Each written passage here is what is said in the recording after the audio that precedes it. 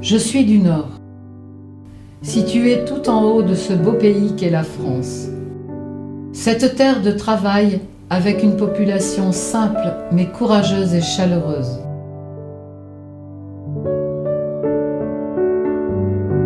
Des collines de l'Artois, je contemple la mer et là-bas, les falaises d'Angleterre.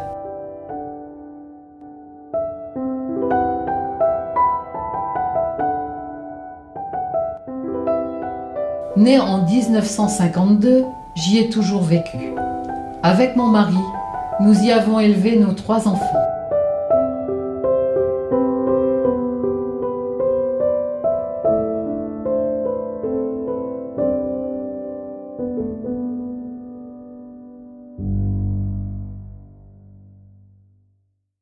Bonjour Marie-Christine, merci de nous recevoir chez vous.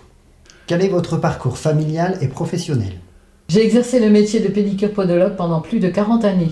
Quand les enfants étaient petits, je me suis beaucoup investie dans le catéchisme, les bureaux de documentation et d'information pour l'orientation des jeunes, et aussi pour les créations de classes.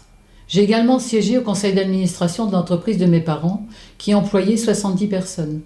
Je me suis occupée pendant 10 années de la trésorerie de mon syndicat professionnel régional et également j'étais administratrice de la caisse de retraite des auxiliaires médicaux.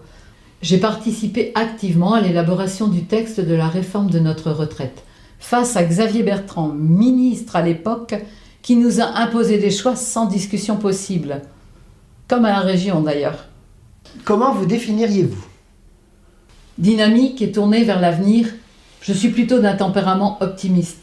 Curieuse de tout et passionnée par tout ce que j'entreprends, j'aime le contact avec les gens. J'aime être utile aux autres, les écouter, porter les espérances et les attentes des concitoyens et mener des projets sur le terrain. On me considère souvent comme une humaniste. Oui, je crois en l'homme et c'est à la fois une qualité et un défaut. Engagement. Hasard ou nécessité ? On ne fait pas de politique sans passion. Mon engagement vient des faiblesses et des imperfections de la société, des injustices sociales, culturelles et économiques.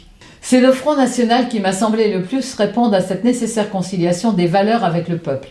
Je me suis donc présentée dans le canton calaisien, où j'exerçais mon métier. Comment s'est passé ce premier contact avec les urnes ?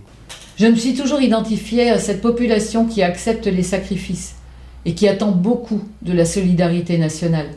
J'ai réussi à mettre en ballottage le maire socialiste de Marcq en Calaisie, qui avait toujours été élu sans opposition. Cette expérience avec le soutien de mes proches et de mes amis m'a permis de prendre confiance en l'utilité de ma démarche. Les dernières élections étaient celles du conseil régional. Comment avez-vous vécu cette période ? Je tenais à rester fidèle à la confiance que les gens m'avaient portée. J'ai d'abord passé les épreuves de sélection interne, lettres de motivation, entretien avec les responsables du parti, puis avec Marine Le Pen elle-même. Finalement, après une campagne active sur le terrain, j'ai été élue sur la liste Front National Rassemblement Bleu Marine de la région. Pour vous, conseillère régionale, c'est un peu une autre vie qui commence. En effet, il faut assurer les réunions régulières à Lille ou à Amiens, être présente aux assemblées générales de certaines associations, comme le parc naturel régional par exemple, faire des rapports, des interventions, assister aux manifestations officielles. Après 1 an, j'ai pris le rythme. Je sais ce qui m'attend. Je planifie mes semaines pour effectuer un vrai travail à temps plein. Est-ce que vous en recueillez des satisfactions ? Bien sûr, car le statut d'élu me permet d'écouter les concitoyens d'une autre manière, de me servir de cette réflexion intérieure pour nourrir mon action au quotidien. Cela m'a permis d'intervenir sur Calais auprès des salariés de l'entreprise de Seille, par exemple. À Marquise, je tiens une permanence le premier jeudi matin de chaque mois. Sur les marchés, ma présence régulière me permet de développer le langage de la raison et du cœur. C'est cette dimension sociale que j'apprécie et qui répond à ma motivation de faire de la politique. Quels sont pour vous les enjeux de 2017 ? Me présenter à la députation et devenir députée, voilà un challenge que je n'aurais pas imaginé il y a encore quelques années.